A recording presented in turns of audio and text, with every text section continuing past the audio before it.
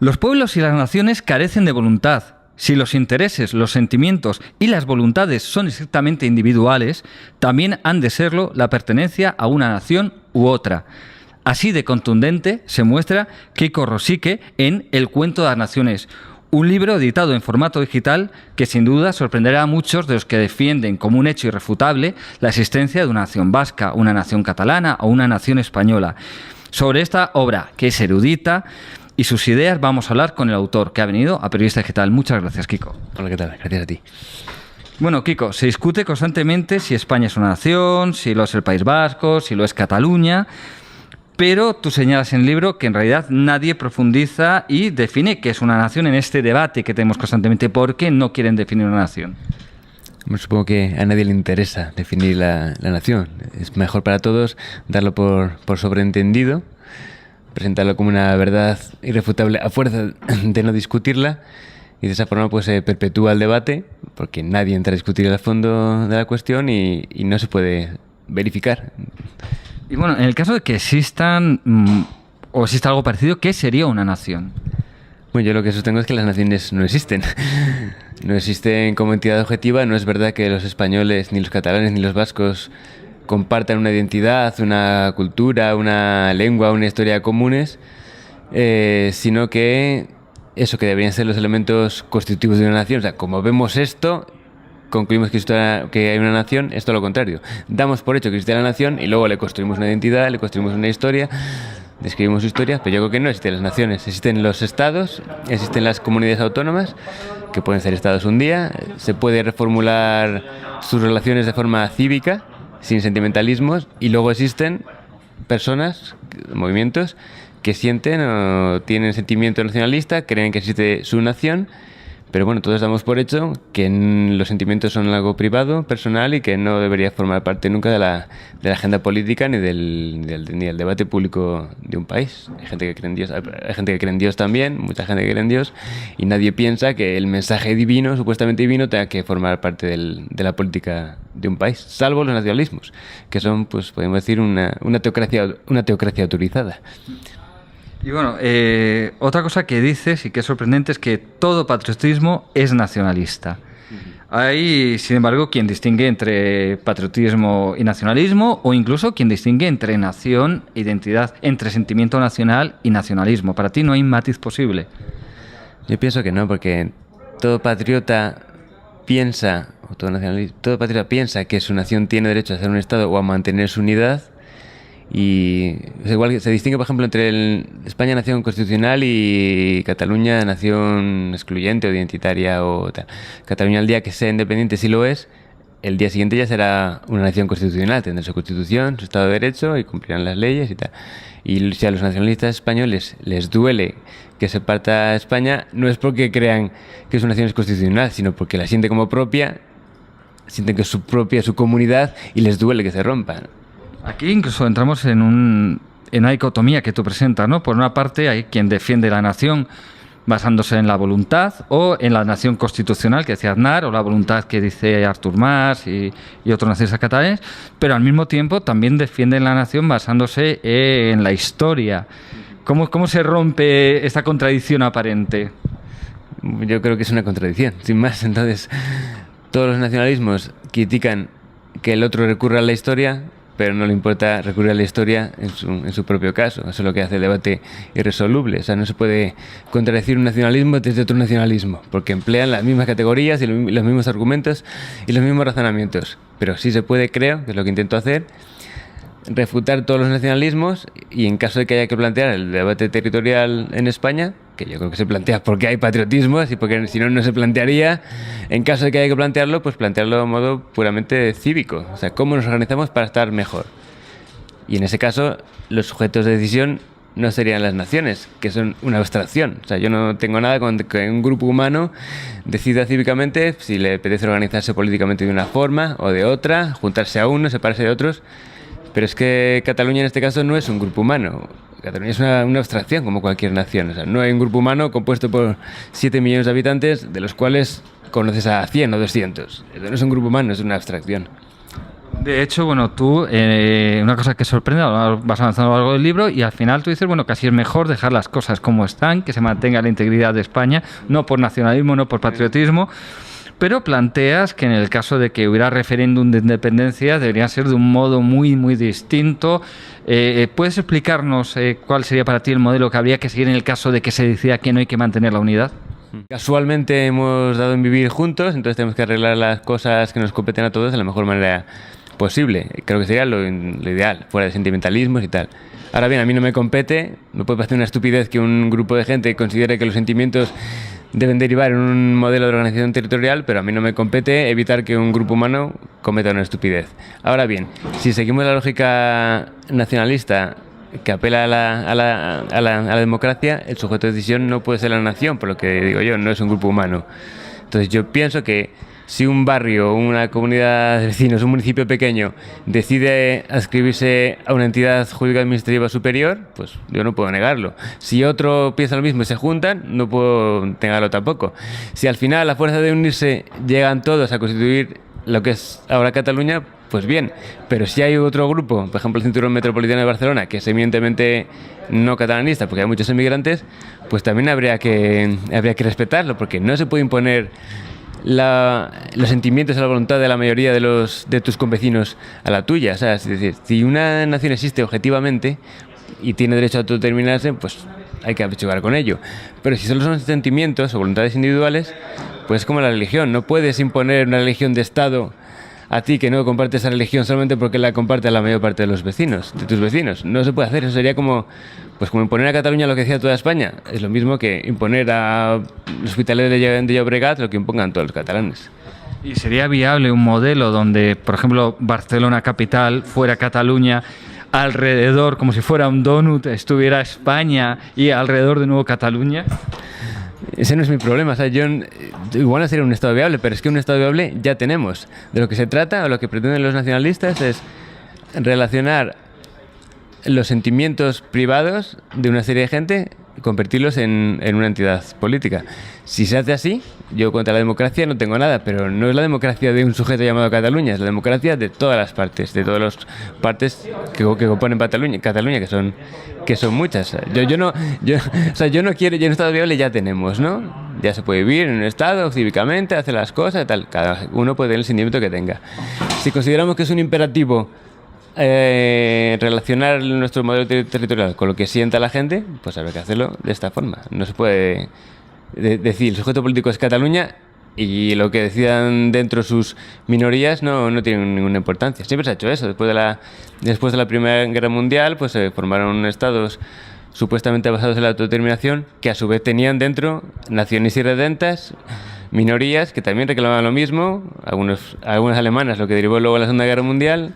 Y es el problema, que cualquier nación satisfecha siempre deja dentro de sí una nación insatisfecha, con los mismos elementos comunes, identitarios, que reclamaba la anterior nación para constituirse en tal, y el mismo derecho o sentimientos que quieren convertir en modelo, en territorio. A mí, a lo largo del libro, lo que me da la impresión es que tu idea es que al final todo nacionalismo, independientemente que sea el catalán, el vasco, el español, el bretón, el francés, el británico, da igual cuál, en el fondo es conculcador de derechos individuales. ¿Me equivoco? No, es verdad. O sea, esto que se presenta como queremos construir un Estado nacional catalán porque es lo que quiere la mayoría de los catalanes, siempre conculca las voluntades de los que dentro de Cataluña no quieren un Estado independiente. Entonces, si respetamos las voluntades, hay que respetar todas, que no queda más remedio. Yo no lo haría porque me parece una tontería el debate, pero si lo hacemos como reclaman los nacionalistas apelando a la lógica democrática, hay que hacerlo así.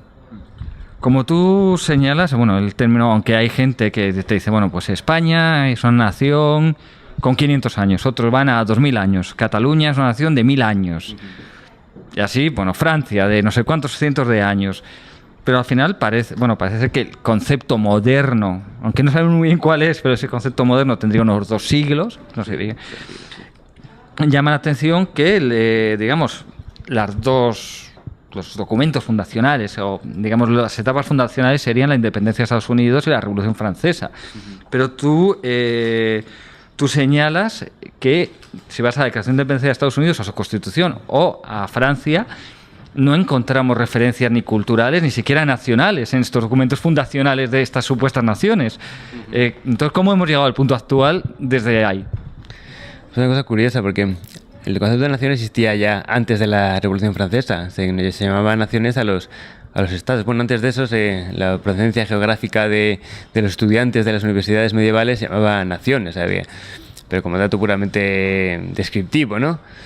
Luego se habla del Estado, como por ejemplo la palabra de Adam Smith, la riqueza de las naciones, que es sinónimo total a Estado.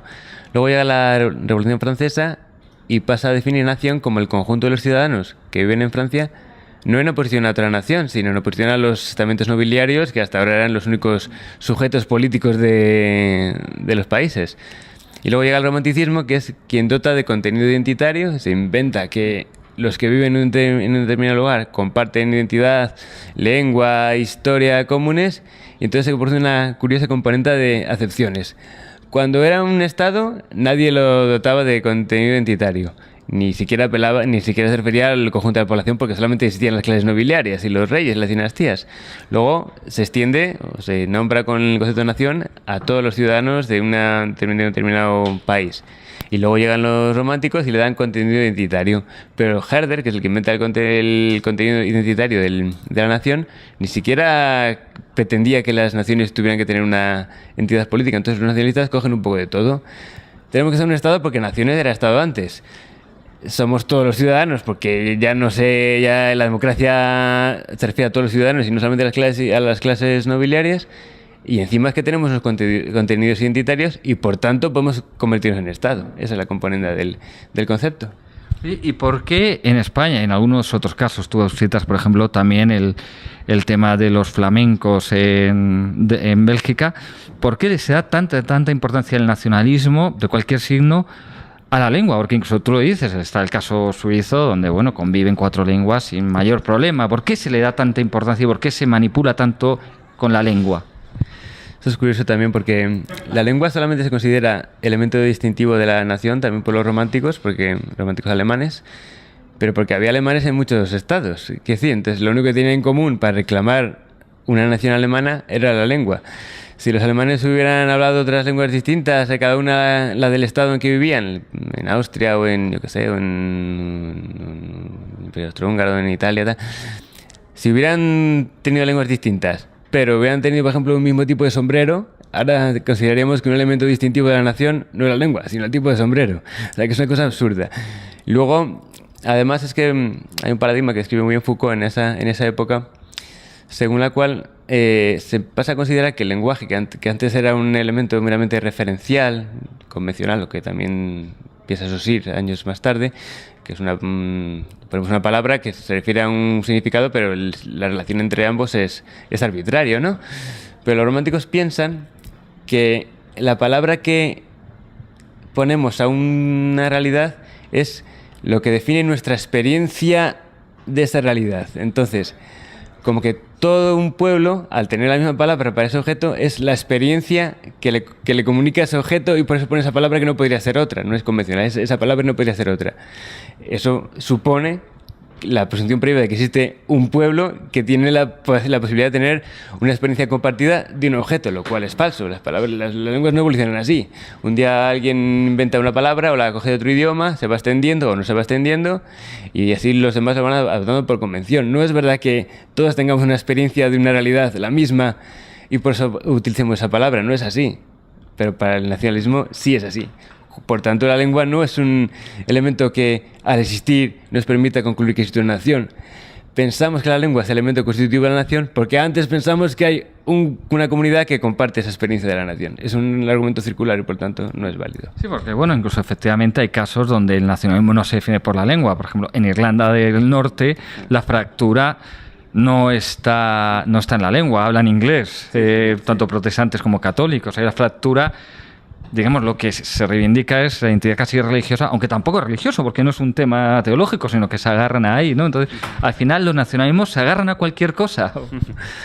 Pues sí, cuando necesitan una excusa para reivindicar su toma de poder político, que muchas veces es toma de poder político sin más, o para autojustificarse, o para encontrar su lugar en el mundo, pues uno puede encontrarse, no me acuerdo quién decía, que vale cualquier parche cultural o identitario para dar contenido a un nacionalismo, y que si no valen unos elementos pueden valer otros. La historia es al final dotar de un contenido a un continente que se establece previamente. O sea, somos nosotros. Entonces ahora, ¿cómo nos definimos? Pues nos contamos nuestra historia, nos inventamos una identidad, consideramos que los elementos culturales que han sido obra de un individuo concreto pertenecen a todo nuestro grupo. Al final se marca primero el continente y luego se le da contenido. Vale cualquier cosa. Oye, mójate, los movimientos cívicos que ocurren, por ejemplo, que tienen lugar, por ejemplo, en Cataluña ahora, muy, muy en boga, con el 12O, que proclaman, como decía el lema, somos catalanes, somos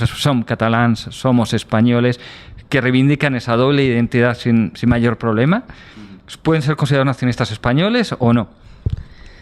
Yo creo que el problema que tiene ese movimiento, o sea, es el lema más que ese movimiento. O sea, cualquier movimiento que esté en contra del nacionalismo vigente en su sociedad, ya sea contra la nación española en España o contra el catalán en Cataluña, me merecen todo mi respeto, porque precisamente van a la contra de la teología, de la teocracia imperante. Yo creo que el lema este tiene el problema de que, en el que incurren todos los nacionalismos, que piensan que uno es su nacionalidad. O sea, que hay una relación, una ecuación ontológica entre lo que es uno y su nacionalidad. No simplemente que se limite a sentirla, como es lo que yo creo que es así, sino que uno es catalán, o uno es español, o uno es español y catalán. Pero es que yo no sé lo que es ser catalán. O sea, quiero decir, para que ser catalán sea algo, tiene que estar dotado de una serie de características. Entonces tú me dices, ser catalán es así, así, así, así, o ser español es así, así, así, así, y yo soy así, así, así. Entonces, si hay más o menos una identidad entre una cosa y otra, pues podré decir que soy catalán o español, lo que sea. Pero claro, si ser catalán, pongamos por caso, tiene una serie de características, es algo, seguro que no lo son todos los catalanes. Y si no lo son todos los catalanes, entonces el catalán no es nada. Bueno, planteado en términos demoscópicos, cuando se pregunta, ¿usted se siente catalán y español, catalán, español, más catalán que español? Estos grupos que, digamos, dicen, yo me siento tan catalán como español, ¿pueden ser identificados como nacionalista español o cómo lo ves? Yo creo que uno puede sentirse como quiera. O sea, cada uno llena su corazón y su vida de lo que puede, de lo que quiere o de lo que puede. O sea, cada uno puede sentirse lo que quiera, por supuesto. Lo que pasa es que de ahí a pensar que tu sentimiento debe convertirse en agenda política o marcar la agenda política de un país, yo creo que hay un mundo. Ahora bien, es que en este caso son los que están en contra de la agenda política imperante. O sea, en este caso, es decir, los que reivindican esto están en contra de la teocracia nacionalista. O sea, yo no puedo estar en contra de quien dice, oye, que yo reivindico lo contrario a lo que me quieres imponer, ¿sabes? ¿Son nacionalistas? Pues, ¿cómo te diría yo? Si tienen un sentimiento y piensan que eso debe formar parte de la agenda política de un país, que España tiene que permanecer unida, por ejemplo, sí serían nacionalistas. Si solamente reivindican su derecho a ser españoles, aunque todo el resto de sus convecinos quiera lo contrario, no sería nacionalista. Y voy a terminar con un reto que sé que vas a responder bien. Tú a lo largo del libro desmontas mitos históricos del nacionalismo catalán, del vasco y del español. Distintos episodios que cada nacionalismo ha cogido como, digamos, para identificarse. Dime cuál sería para ti el mito más flagrante en cada uno de estos casos. El mito más flagrante, wow, me toca. O sea, la gran mentira histórica que cada uno arguye para demostrar que existe su nación. Es que hay muchas y muchas veces en la misma época de la historia cogen todos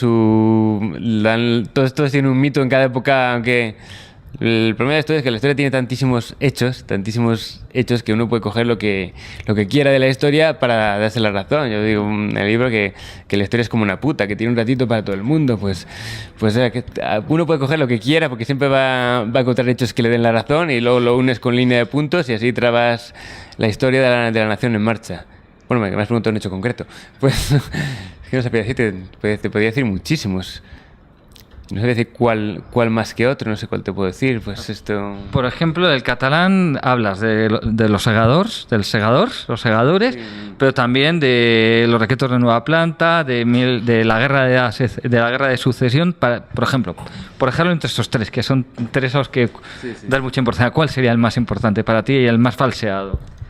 A mí el que más me gusta, no porque se describe de una forma, sino porque hay una redescripción redescrita a su vez, es el de los secretos de Nueva Planta, porque al final del siglo XVIII, por ejemplo, Antonio Capmany, que es uno de los creadores del mito de que el catalán es trabajador, frente al castellano que es ocioso, aristocrático, pero que no se quiere manchar las manos, Capmany identifica a los castellanos con los austrias, que eran más o menos lo que él piensa, pues con mucho idealismo, pero en el fondo poco eficaces, vagos y aristocráticos, y al catalán, el mito del catalán trabajador, que lo empieza a trabajar Capmany, identifica al catalán con los borbones que les habían quitado, o sea, y entonces, curiosamente, el mito del catalán trabajador parte de que un ilustrado catalán lo identifica con los borbones, que son los que les quitaron los supuestamente derechos de las instituciones previas. Eso tiene su gracia, pero hay muchos, es que podría ser muchísimos. Por ejemplo, en el caso español, hablar de la guerra de independencia, que es como un granito.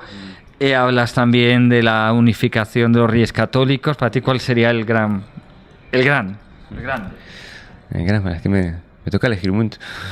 La guerra de la independencia es curiosa porque se considera que es el levantamiento de la nación española cuando los que traían el concepto de nación eran justo las tropas invasoras francesas. O sea, no existía nación española antes de que tomemos el concepto de los revolucionarios franceses, que lo iban a traer ellos, ¿sabes? Nos habríamos hecho nación también si les hubiéramos aceptado. La guerra de la independencia, yo pienso que no es un movimiento nacional, es un movimiento de las élites católicas que se enfrentan al peligro de que la Francia revolucionaria y anticatólica inserte sus ideas en España. No es un movimiento nacional, es un movimiento tradicional.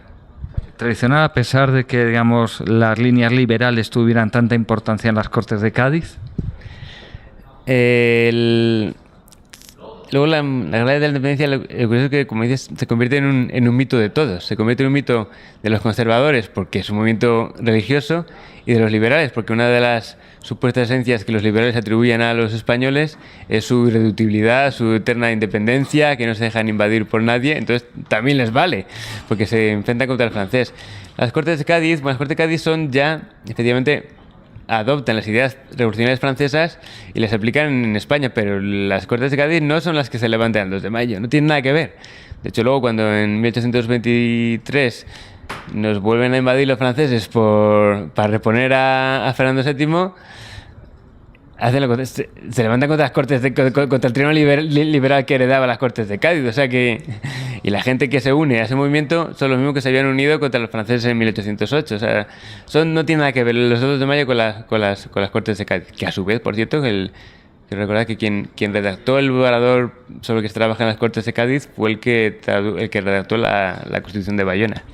Bueno, Kiko, pues yo creo que con esto, si quieres darme algún ejemplo de vasco, porque ahora mismo no me acuerdo de los que hablas, y si no, pues si te parece bien, damos por terminada esa entrevista y solo resta, pues una vez más, recordar que el libro se llama El cuento de las naciones, escrito por Kiko Rosique, y que se puede comprar en formato digital a través de Amazon y de PGIP en PDF. Pues ahí queda, en Amazon.es y en PDF. Si pones en Google Kiko Rosique, El cuento de las naciones, se encuentra sin ningún problema. Muchísimas gracias por haber venido a Periodista Digital. Gracias, Antonio.